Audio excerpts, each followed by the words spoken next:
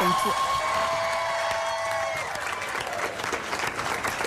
Liberals are widening their majority on the Wisconsin Supreme Court with a victory by Chris Taylor. She defeated Maria Lazar by nearly 20 percentage points in yesterday's election.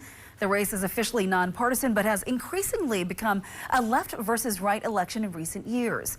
Liberals will now have a 5-2 majority once Taylor takes office. We are joined now by our political expert, Dr. Cindy Rugeley from UMD. Thank you for joining us. It's good to see you. Every time there is a big election, we bring you in because you give us perspective with this race and this win for Judge Chris Taylor, now expanding that liberal majority on the Wisconsin Supreme Court. What is this message sending to the country, to the state, and also to the country? Well, it's interesting over the long term. I mean, it wasn't too many years ago that the conservatives held a majority, and they'd held it for like 15 years.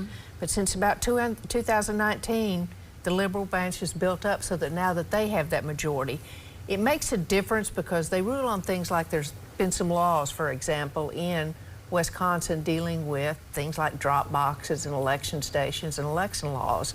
So who's on the court makes a difference on that.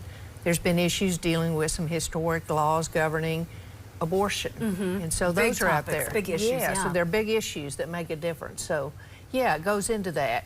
There's also questions about, you know, are we going to have a big Democratic swing in midterm elections, and how well do these things project that? You know what, and that's what a lot of people say. It sets the stage. Now, this is now the fourth kind of consecutive win for liberals in the state when it comes to the Wisconsin Supreme Court.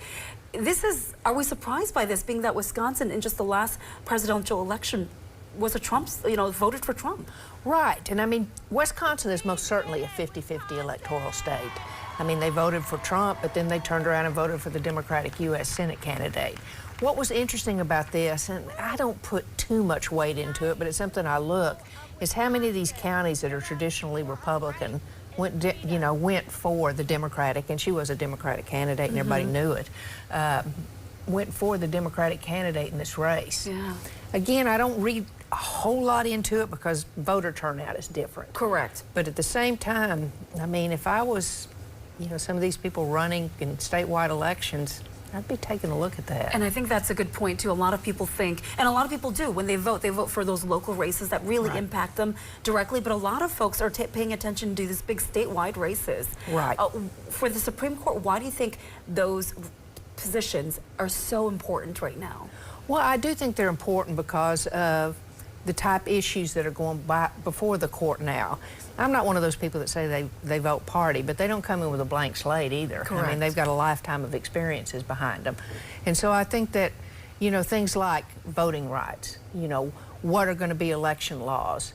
Redistricting is a huge issue in Wisconsin. I mean, when you look at I say it's a 50-50 state, but when you look at the legislature, it's not. It's overwhelmingly Republican. So a lot of these maps will go to the state court.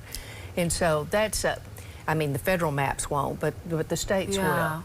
And so there's a lot of big issues that go in that, you know, how the court comes into those makes a big difference. And that's the reason why. All right. Well, Dr. Cindy Rugeley, thank you again so much for giving us insight. And of course, this, like you said, is going to set the stage for the big midterm elections. Thank you again for joining us. Well, you can, of course, find all of our results from yesterday's elections on our Northern News Now app and on our website.